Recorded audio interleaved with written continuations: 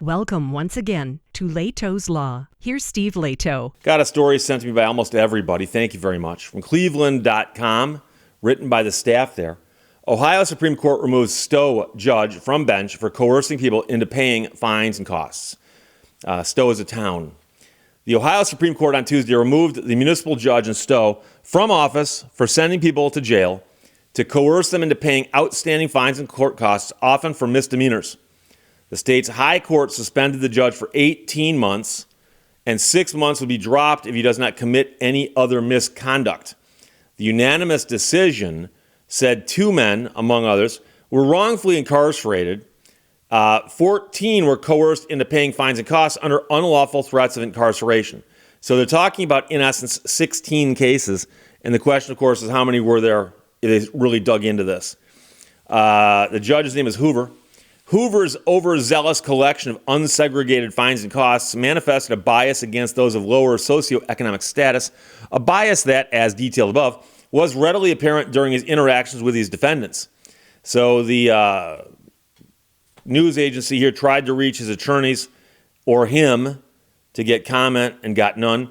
The decision ends Hoover's career as a judge because he turned 70 this year. Under Ohio law, a person cannot run for judge at that age.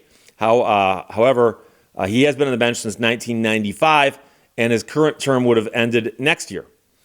The Ohio governor will appoint a judge to replace him. The court has another judge already. A visiting judge is expected to pick up Hoover's docket in the meantime. In 2021, the Ohio Supreme Court's Disciplinary Council accused Hoover of illegally sending people to jail to get them to pay outstanding fines and costs. Council alleged 48 violations of the law, 48. And again, if a judge says you got to pay fines and costs, you have to pay the fines and costs. And if you don't, things can happen to you. But there is a legal process to this. The judge can't just do whatever he feels like. So the 35-page complaint in this case alleged that the judge failed to follow state law that requires judges to hold evidentiary hearings to determine if a defendant has enough money to pay a fine or court cost before sending them to jail. So I've seen it before where someone comes into court and says, Your Honor, I can't pay these fines. I can't. I don't have the money. And I've seen a judge go through the questioning saying, okay, how much do you make? What are your expenses? And then I've seen a judge say, okay, can you pay $5 a week until it's paid off? And I've seen judges work out some kind of way to make them make it worth, make it able to be paid off. I've seen that before. So here, Hoover failed to tell defendants they had a right to have an attorney represent them at such a hearing. So you owe money to the court, you can't pay it. The judge brings you in and berates you and then throws you in jail. The judge is supposed to have an evidentiary hearing, and if you can't afford an attorney, appoint you one to help you with that hearing. Hoover's frequently employed illegal and coercive tactics such as imprisonment for several days or detention for hours to force unrepresented criminal defendants pay their fines and costs, according to the complaint. In doing so, he's exhibited a bias against people who appear without counsel and cannot afford to pay their fines and costs. In documents, they wrote that Hoover's actions were done to get the attention of a small group of defendants who failed to appear in court, refused to fulfill their sentences, or otherwise thumbed their noses at the court. The Supreme Court outlined the state's laws around jailing defendants for failure to pay fines in a 2015 memo sent to every municipal court in Ohio. So literally, in 2015, the Supreme Court sent a memo to every single municipal court judge and said, here is the process for doing this. Make sure you're doing it right. As they say, this judge got the memo, but didn't understand it apparently, or didn't follow it.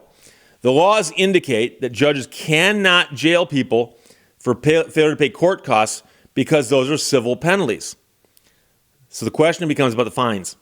The disciplinary complaint included 12 cases in which Hoover is accused of violating those laws dating back to 2019. In September of 2019, Hoover fined a man $100 and ordered him to pay $437 in court costs after he pleaded guilty to driving on a suspended license. Hoover ordered the man to make a $100 payment within a few weeks of his sentence and pay the remaining balance later that year. He then set a hearing for the date in case the man didn't pay. The man didn't pay and didn't show up for the hearing, so the judge issued a warrant for his arrest. The man was arrested about a month later and spent the night in jail. At a hearing the next morning, Hoover told the man he'd have to pay the court $407 if he wanted to get out of jail that day. The man told Hoover that he'd not be getting his paycheck for a few more days. The judge then said, "Oh man, you're going to be staying a while then."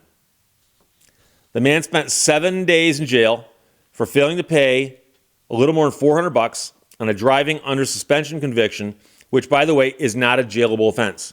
So you can't be jailed for the offense he pled guilty to, but this judge thinks he can be jailed for not paying the fine associated therewith. In a 2020 case, a man was arrested on a warrant after he failed to pay or show up to court to fight a traffic ticket. Hoover fined him $125 and ordered him to pay more than $300 in court costs. The man told Hoover he forgot about his court date in 2018 because his son had died, and he nearly lost his house. Hoover then sent the man to jail because he couldn't come up with the money to settle the fine and costs that day. The man spent 4 days in jail, and Hoover brought him back to court for a hearing. Complaint says Hoover began the hearing by asking the man, "Have you learned your lesson from being a deadbeat?" Have you learned your lesson from being a deadbeat? The man's son had died. He almost lost his house. And that's how the judge treats him. So the judge has been removed from the bench, and good riddance. There are processes. We have legal processes that are often described as being due, D-U-E, due process. You're entitled to due process under the law. Everyone's entitled to it. So it doesn't matter if you're in a municipal court in Ohio or in front of the Supreme Court, wherever that might be. And you are entitled to due process. And so like I've said, I've seen this before, where someone's in front of the court and they're saying, I can't pay these fines and costs right now. And I've seen a judge say, okay, when can you pay them? And I understand that some judges get sick and tired of people, who appear to be, flouting the law. And I've told you before about people where I've seen where they come in and plead driving while license suspended, and they go out and get in their car and drive off. Like they drove to court and they drove away from court. And I can see why it'd be frustrating for a judge to see that. But when someone comes into court and says, I can't pay fines or costs, the correct answer to do that is, okay, we need to have a hearing on that. Can you afford an attorney for the hearing? Probably not. Okay, we'll appoint an attorney for you. And the attorney can then walk you through the process, tell you what he can do for you or she, and then explain to you how the court will work with you. And then we'll have a hearing if necessary, and we'll work something out. But to be jailing people for non-jailable offenses because they haven't paid their fines and costs, when the costs are something you can't jail somebody for either, there's a problem there too. And so what makes this even worse is that the Supreme Court of Ohio sent out a memo to its municipal court judges, presumably because they were concerned about just this thing, this exact thing. They're concerned about it. They send out the memo. And despite the memo being there, this guy keeps doing it. And I don't know how long he's been on the bench going back to the beginning. But every attorney I know and every attorney you could talk to, you could ask them, are you aware of any judges who are probably on the bench right now long past their sell-by date, so to speak, that they shouldn't be there anymore? And most attorneys will say, yeah, I know of a couple. And there are also judges who are notoriously quick to throw people in jail. And we know about those judges too. Now, some of them are walking a real fine line about what they can and cannot do or what they should or should not be doing.